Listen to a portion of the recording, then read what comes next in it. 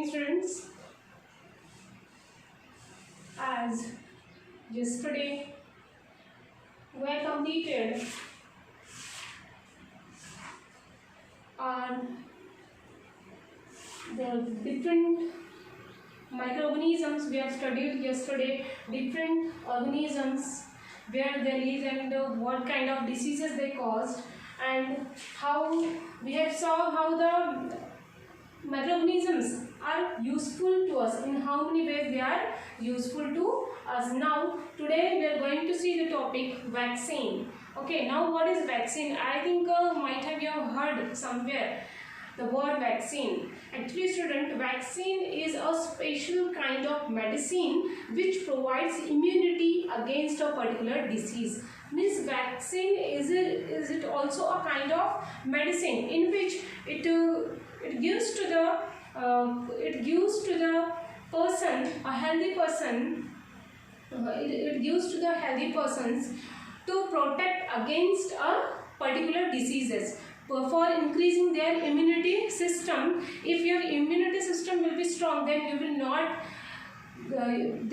not affect by then no disease will cause you, if you will stay healthy always. Okay, so vaccine is that kind of medicine. A number of diseases can be prevented by the vaccination. So vaccine is a medicine, and the vaccination, it is a process to give this vaccine medicine to a person. Okay, so vaccination is the process of giving a vaccine orally or by injection, which provide protection against a particular disease. Yes, students, if you don't know about the vaccination, what it is exactly, when you will ask your parents, definitely they will give clear idea to you, means how many vaccinations you have get during your childhood. Okay, so if you will see in your hand, in your arms, if you will see, you will get some sign over there. So that is only the sign of the vaccination that we have get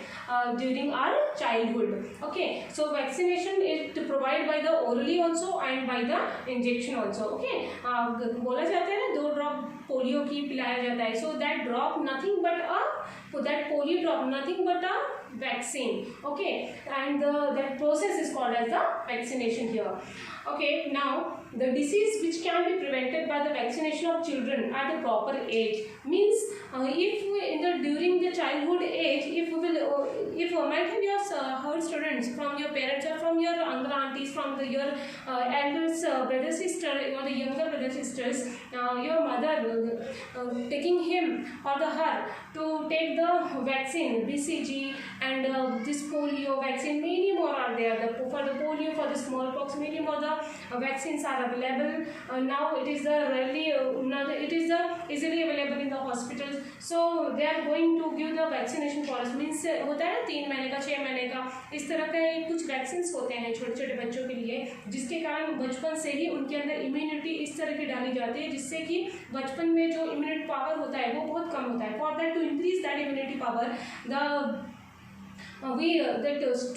that child must have to get this vaccine. For that, that child is protected against harmful diseases, very dangerous diseases. Okay, so it will give the particular age only, at the 6-year, 4-year-old, like this. Okay, now these are some vaccines is written here: polio, smallpox, cholera, hepatitis, tuberculosis, measles, rabies, whooping cough. These are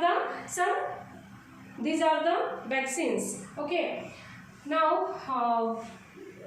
Edward Jenner, here is the scientist. Edward Jenner discovered the vaccine for the smallpox in 1798. He is the scientist. We hands off to him that he had discovered the vaccine for smallpox in 1798, and his cure, the many children's. Yes or no, students? So now also we are also utilizing this. So we are thankful to him and hands off to such kind of scientist. Okay. So now the next topic is increasing soil fertility. But before when I started this chapter, that time also I have taught you that microorganisms also help to increasing the soil fertility. Means these microorganisms also help to farmers this if I will give the example to you, that day also I have given two example to you, that Rhizobium bacteria, it present in the root nodules of the leguminous plant. It helps to fix a nitrogen gas in the root nodules, and which is very useful to increase the soil fertility. And if the soil fertility will be good, so definitely our crop production will be good. Okay, now the next topic is the cleaning the environment. This also I have taught you students previously only, that the microorganisms are help to clean our environment, to clean up our environment. Some microorganisms clean up the environment to decompose the organic matter like dead plants, dead animals, household waste and the animal waste into simple substances by chemical reactions. So some microorganisms are clean up our environment by decomposing the organic matter. Organic matter, what kind of organic matter I am talking here? Like the dead plants, dead animals, household waste and the animal waste, that the urine of animals, the cow dung of animal. It is also, these microorganisms are help to decompose this also into a simple substance, and that simple substance nothing but is used as a green manure. Okay.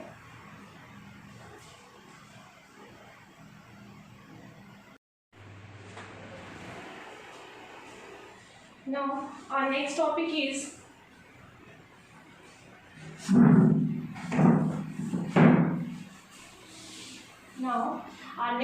is harmful microorganisms. Before this, I told you how the microorganisms are helping us. Okay, now let's see. Now let's study about some harmful microorganisms. Some microorganisms can be harmful in many ways. Those microorganisms which cause diseases are called the pathogens. Those microorganisms which cause diseases means the microorganisms which cause diseases, that kind of microorganisms are called the pathogens. Actually, pathogens are the disease causing microorganisms.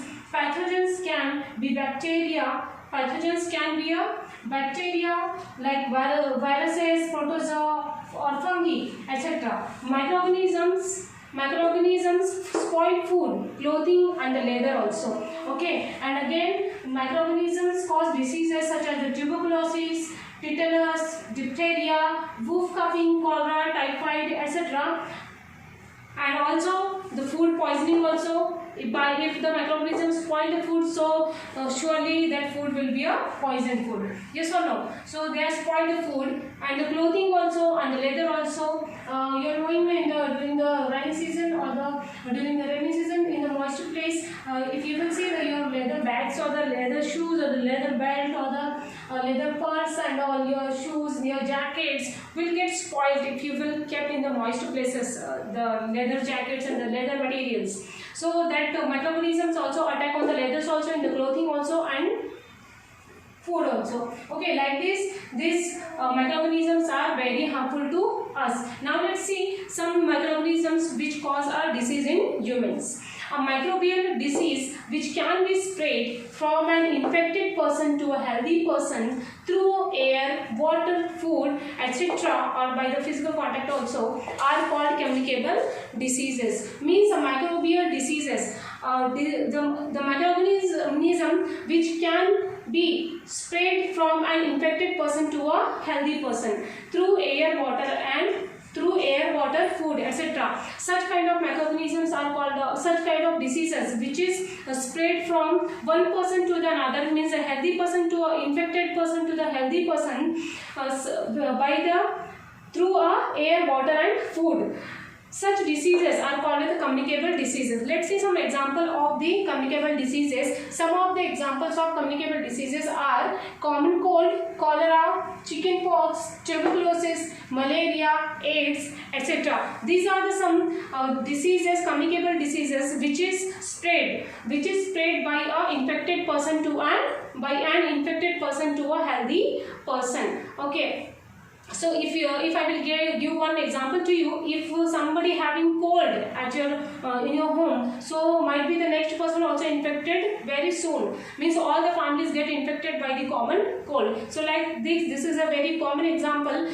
Each and every houses are infected by this. So these are the diseases which is generally caused by a communicable diseases. So such kind of disease is called as the communicable diseases, which is caused by a infected person to a healthy person. Okay, now let's see how these communicable diseases can occur and spread in the following ways. By breathing of air containing microorganisms. If somebody sneezes at home, so from the 1 meter area, it is covered by other air bubble.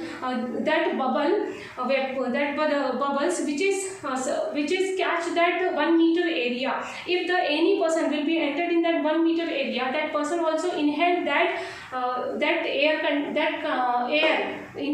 air which contain microorganisms, in which here it means what, students, that person, it also, the next person, it also get infected by a particular disease. Okay, so now next is by taking infected food or the water. If somebody is infected by a tuberculosis, or if we are using that hanky or the towel or the food of that particular person, if that infected person drink the water, if that particular utensils you are also using, so you are also might have infected by a tuberculosis. See here the next is by sharing the infected injection needles. If in the hospitals, if the infected person, if the doctor again that infected needles used to the another person, so that person also infected by that particular disease. Next one is by using an article of the infected person like the towel, clothes, utensils, etc. Means here